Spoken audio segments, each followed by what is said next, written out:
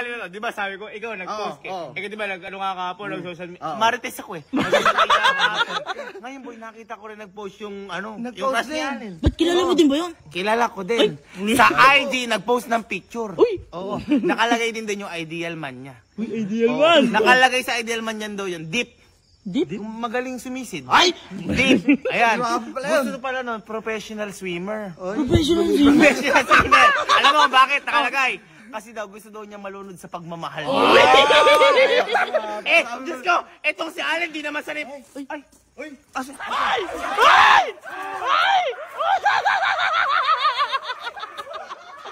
Ar! Ar! Ay! Ay! Ay! Ay! Ay! Ay!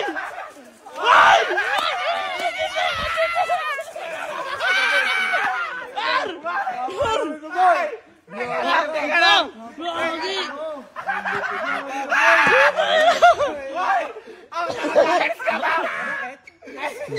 Naglalakay ka pala? Ay, oo naman. Boy, kanay ka pala butterfly. Paano yung butterfly mo? Uy! Uy! Professional swimmer pala to. Magaling pala maglangoy. Intindi par.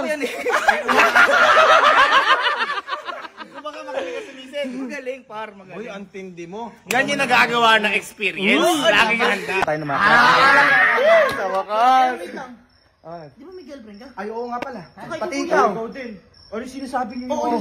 Yun post, yun story yun. Ano yun? Sabi na, panaginip lang to, natutulog lang. Ano mo naginip? Ikaw, ano din mo? Sabi ko na, nakalimutan ko. Minsan nalunod ako kanina.